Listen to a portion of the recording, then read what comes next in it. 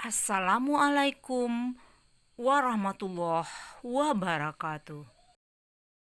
Pada hari ini kita pelajari sel volta dalam kehidupan sehari-hari.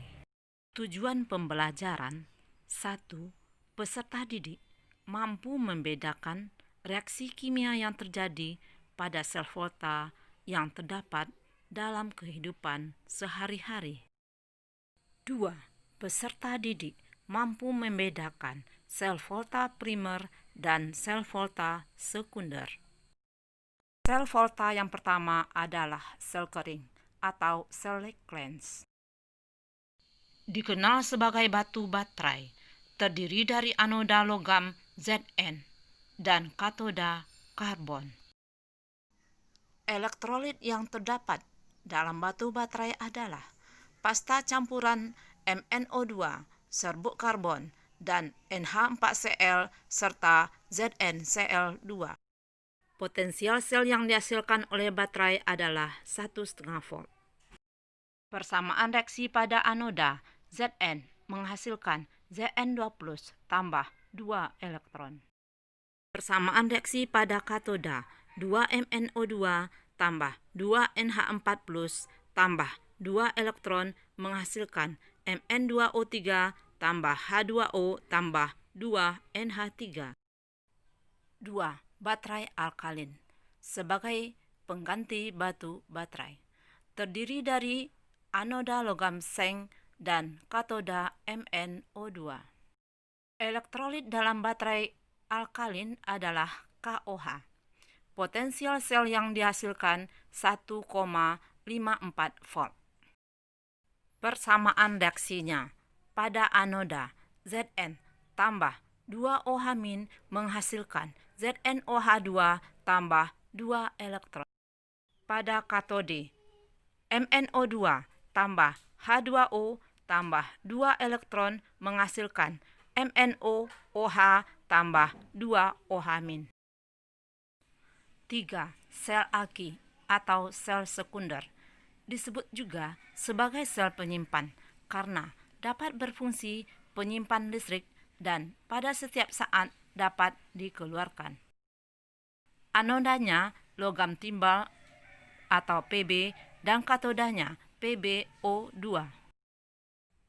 Terdiri dari 6 sel dan setiap selnya mempunyai potensial 2 volt.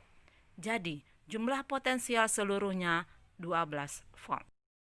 Elektrolit di dalam aki adalah H2SO4 30%. Reaksi penggunaan atau pengosongan aki pada anode Pb tambah SO4 2- menghasilkan PbSO4 tambah 2 elektron. Pada katode PbO2 tambah SO4 2- tambah 4H+ tambah 2 elektron menghasilkan PbSO4 tambah 2H2O. Reaksi sel pada aki Pb tambah 2SO4 2- tambah PbO2 tambah 4H+ menghasilkan PbSO4 tambah H2O. Dapat disimpulkan bahwa pada penggunaan aki dihasilkan PbSO4 pada anode dan katode.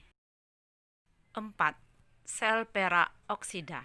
Sel ini banyak digunakan untuk arloji, kalkulator, dan alat elektronik.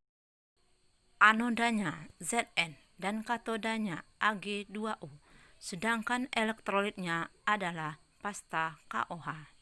Reaksi yang terjadi pada anoda Zn tambah 2OH- menghasilkan ZnOH2 tambah 2 elektron. Reaksi pada katoda Ag2O tambah H2O tambah 2 elektron menghasilkan Ag tambah 2 OH-. Reaksi sel Zn tambah Ag2O tambah H2O menghasilkan ZnOH2 kali tambah Ag. Potensial sel yang dihasilkan adalah 1,5 volt. 5. Sel nikel kadmium atau nikat. Sel nikat merupakan sel kering yang dapat diisi kembali atau rechargeable. Anodanya terbuat dari Cd dan katodanya berupa Ni. Elektrolitnya KOH, beda potensial yang dihasilkan sebesar 1,4 volt. Reaksi yang terjadi pada anoda CD tambah 2OH- menghasilkan CdOH2 tambah 2 elektron. Reaksi pada katoda NiO tambah 2H2O tambah 2 elektron menghasilkan NiOH2 kali tambah OH-. Reaksi sel CD tambah NiO tambah 2H2O setimbang CdOH2 kali tambah NiOH2 kali. Kesimpulan dari sel nikat adalah sel nikat merupakan sel yang dapat diisi kembali atau rechargeable. 6. Sel bahan bakar. Sel hidrogen oksigen termasuk jenis sel bahan bakar yang terus-menerus dapat berfungsi selama bahan-bahan secara tetap dialirkan ke dalamnya. Sel ini digunakan pada pesawat ruang angkasa.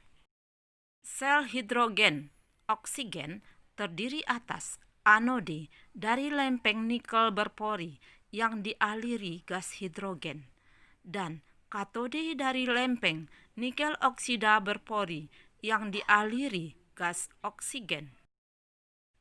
Elektrolitnya adalah larutan KOH pekat. Reaksi yang terjadi pada anoda 2H2 tambah 4OH- menghasilkan 4H2O tambah 4 elektron. Reaksi pada katode O2 tambah 2H2O tambah 4 elektron menghasilkan 4OH-. Reaksi sel 2H2 tambah O2 menghasilkan 2H2O.